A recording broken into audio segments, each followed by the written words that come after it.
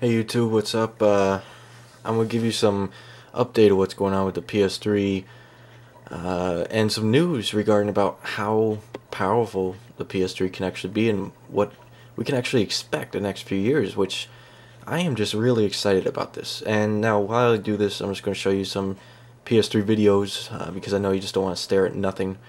But anyway, to get started, what you're seeing here, I'm going to start off with Metal Gear Solid 4 news. As you all know, anyone who's been keeping track of it, Hideo Kojima said that he was unhappy with the PS3, Metal Gear Solid 4's graphics.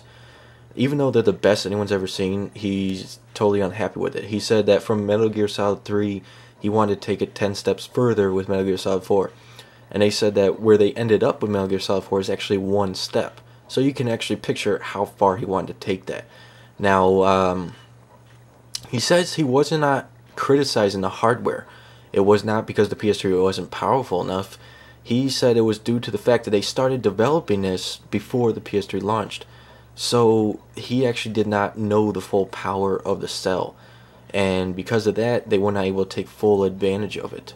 That's the only reason why it's not as good as he wants it to be. So you can imagine how good this game could look if, say, he had an extra 2 years of development, or say he didn't start working on it till 2 years or a year after the PS3 launched. But anyway, one thing that was amazing is that you look at Killzone 2. You look at Killzone 2, you know how everyone knows how good that looks. I mean, like, the only game, Killzone 2 is probably the only game that we know of that can actually compete with Metal Gear Solid 4 graphically. So, Guerrilla recently announced, the creators, I think it's pronounced Guerrilla, the creators of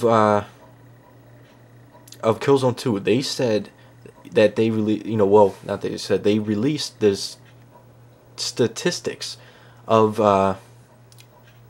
Killzone 2. Basically, they released on how much cell processor power it's using, and they said that everyone sees how realistic and how great and beautiful it is with Killzone 2. So you can only imagine how good it's going to look. They basically, to get to the point, sorry for starting now, I'm trying to do two things at once, but alright, basically they said that Killzone 2 is only using 4.5 cores of the PS3 processor.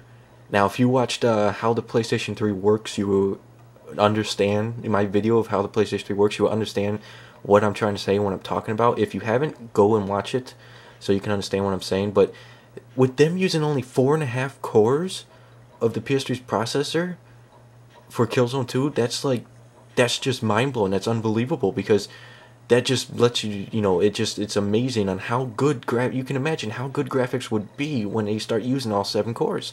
It's just amazing. And to get on to some other news is that Sony has announced a 3rd generation PS3 coming out this holiday. They said that we probably won't even notice the change of the Switch because they're going to look the same, maybe.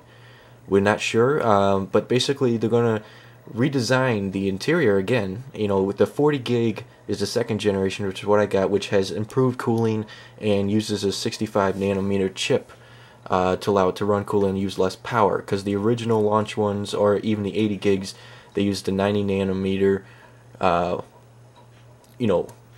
one. So it uses, like, I think they said 180 to 200 watts of power and puts out a lot more heat. And the 40 gig uses the 65 nanometer chips and it only uses like 30% less power, so it uses like 140 to like 180 watts, something about that. And they said this new 3rd generation is actually going to be a lot more improved. They're going to use 65 nanometer chips for the cell processor and the GPU. And they said that it's actually going to use 100 to 120 watts, so it's going to be a lot less now.